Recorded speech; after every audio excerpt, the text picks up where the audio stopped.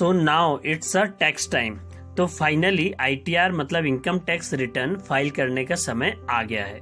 Income tax department ने अपनी नई वेबसाइट भी लॉन्च कर दी है, जिससे कि आप अपना आईटीआर इजीली फाइल कर सकेंगे। इस साइट में कुछ नए और एक्स्ट्रा फीचर भी दिए हुए हैं। तो यदि आप इस साइट के बारे में और जानकारी चाहते हैं तो ये ऊपर आई के बटन पर क्लिक कर वीडियो देख सकते हैं। मैं पहले ही इस पे वीडियो बना चुका हूँ।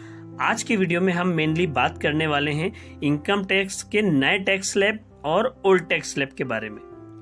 जैसे तो आपको पता ही है कि इस बार जो आप आईटीआर फाइल करेंगे वो पिछले फाइनेंशियल ईयर मतलब कि 2020-21 के फाइनेंशियल ईयर के इनकम के बेस पर होगा। इसके लिए सरकार ने 2 ऑप्शन जारी किए थे, जिसे न्यू टैक्स स्लैब और ओल्ड टैक्स स्लैब कहा जा रहा था। अब न्यू टैक्स स्लैब में टैक्स रेट काफी कम किए गए हैं as compare to old tax slab, लेकिन इसमें कुछ टर्म्स एंड कंडीशन भी ऐड कर दी गई है। तो अब इससे कंफ्यूजन की स्थिति पैदा हो गई है कि कौन सा ऑप्शन चूज करना है, नया वाला या पुराना, किसमें हमको बेनिफिट होगा, मतलब कि कम टैक्स देना होगा। तो इन्हीं सारे सवालों का जवाब इस वीडियो के लास्ट तक आपको मिल जाएगा, जिसे हम एक उदाहरण से समझने वाले हैं। तो चलिए शुरू करते हैं।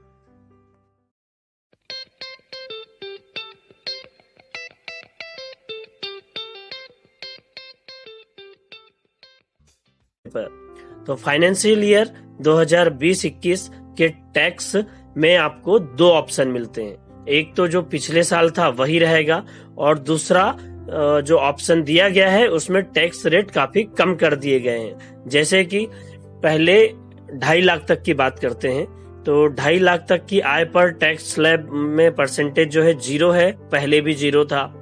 5 लाख तक की आय पर बात करें तो उस पर अभी इनकम टैक्स 0% है, पहले भी 0% ही था। लेकिन यदि आप 5 लाख से अधिक कमाते हैं तो ये 2.5 से 5 लाख के लिए भी आपको 5% टैक्स देना होगा, जो कि पिछले बजट में भी सेम था। अब बात करें 5 लाख से अधिक आय मतलब 5 से 7.5 लाख तक की आय पर चलते हैं, तो इसमें पहले 20% टैक्स था, लेकिन अब आपको 10% टैक्स देना होगा। अब इससे ऊपर बात करते हैं 7.5 से 10 लाख तक के टैक्स स्लैब में, तो पहले इसमें 20% लगता था, लेकिन अब आपको इस पर 15% टैक्स देना होगा। 10 लाख से ऊपर की बात करते हैं तो पहले 10 लाख के ऊपर जितनी भी रकम आप कमाते थे उस पर 30% टैक्स होता था, लेकिन अब इस पर 2-3 स्लैब बना दिए गए हैं। जैसे 10 से 12.5 लाख तक की आय पर 20% है, जबकि पहले 30% था। 12.5 लाख से 15 लाख तक 25% टैक्स लगेगा, जबकि पहले 30% था। और 15 लाख के ऊपर जो है 30% टैक्स देना होगा, जो पहले भी 30% ही टैक्स देना होता था। लेकिन यहाँ पर गौर करने वाली बात यह है कि नए स्लैब में जो नया स्लैब जारी किया गया है कम रेट वाला, अगर आप इस ऑप्शन का चुनाव करते हैं तो आपको आपकी जो सेविंग्स में आप टैक्स छूट ले लेते थे वो छूट नहीं मिल पाएगी। मतलब कि आपने पीपीएफ, एलआईसी या हेल्थ इंश्योरेंस करा रखा है, इसके माध्यम से जो आप टैक्स छूट लेते थे पुराने स्लैब में, वो अगर आप नया स्लैब का ऑप्शन चूज करते हैं तो उसमें ये छूट नहीं दी जाएगी। तो दोस्तों अब इस पूरे टैक्स स्ट्रक्चर को एक उदाहरण से समझते हैं कि यदि कोई सैलरीड इंडिविजुअल है जिसकी आय 12 लाख रुपए वार्षिक है और वो लगभग 2 लाख रुपए की सेविंग कर लेता है, जैसे कि सेक्शन 80C बच्चों की ट्यूशन फीस या फिर हेल्थ इंश्योरेंस और पीपीएफ वगैरह, एनपीएस, इसमें अगर वो सेविंग करके 2 लाख रुपए बचा पा रहा था, तो पुराना टैक्स कितना था और नए स्लैब के हिसाब से टैक्स कितना होगा, तो इसका एक कंपैरिजन देखते हैं कि आपको कौन सा टैक्स स्लैब सूट करेगा। तो दोस्तों हमको पुराने टैक्स और नए टैक्स में कंपैरिजन समझने के लिए हम एक कैलकुलेशन करते हैं, जिसमें हम इस साइड लिख लेते हैं ओल्ड टैक्स सिस्टम और दूसरे साइड पे नया टैक्स, मतलब नए स्लैब के हिसाब से कितना टैक्स बनेगा। तो देखिए, पहले आप 12 लाख रुपए कमा रहे हैं, तो पुराने टैक्स में आपने 2 लाख तक की बचत कर ली, तो आपकी टोटल जो टैक्सेबल आप काउंट करोगे वो 10 लाख पे काउंट करने वाले हैं, 10 लाख की आय पर, क्योंकि आपने 2 लाख रुपए बचा लिए।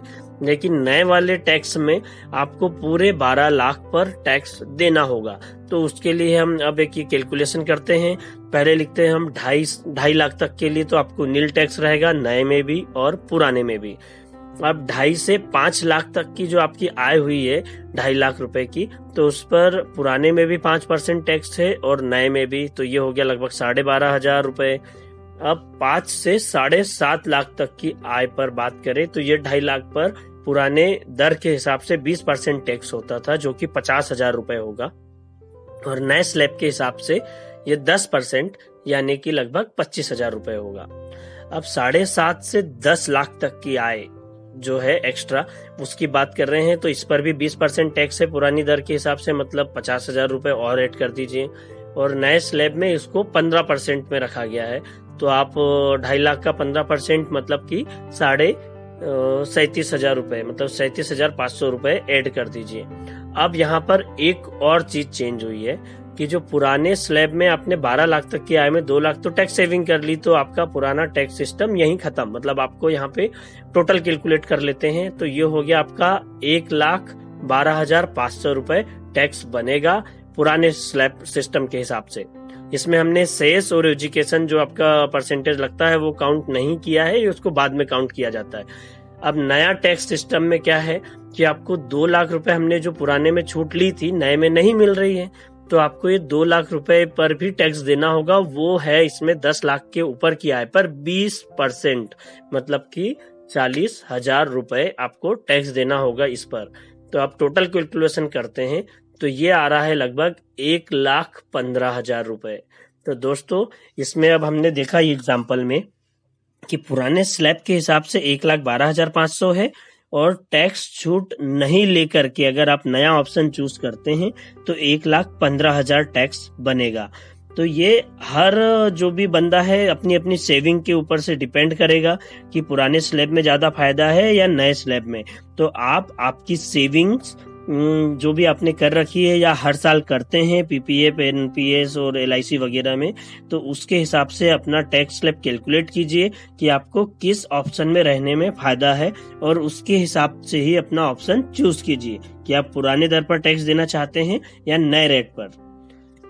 तो दोस्तों ऐसे ही वीडियो और देखने के लिए हमारे चैनल को सब्सक्राइब करें, वीडियो लाइक करें और अपने दोस्तों के साथ शेयर करें। धन्यवाद।